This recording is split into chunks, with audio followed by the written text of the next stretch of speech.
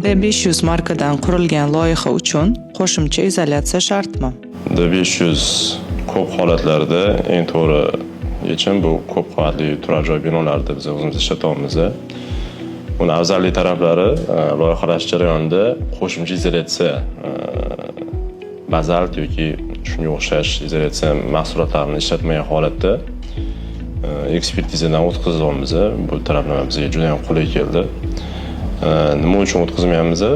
Chunki bu D500 o'zi jahon standarti bo'yicha ham izolyatsiyasi juda ham yaxshi.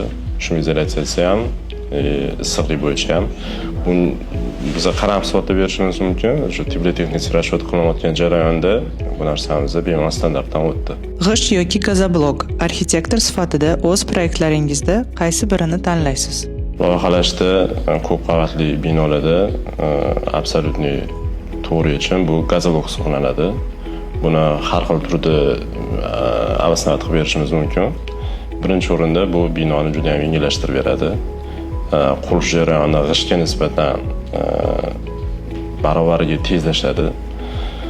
Aytganimizdek, shu izolyatsiya, zug izolyatsiyasi juda ham yaxshi bo'lgani uchun oxirgi paytda qurilishdan o'zi ham shu gazoblok tanlashyapti.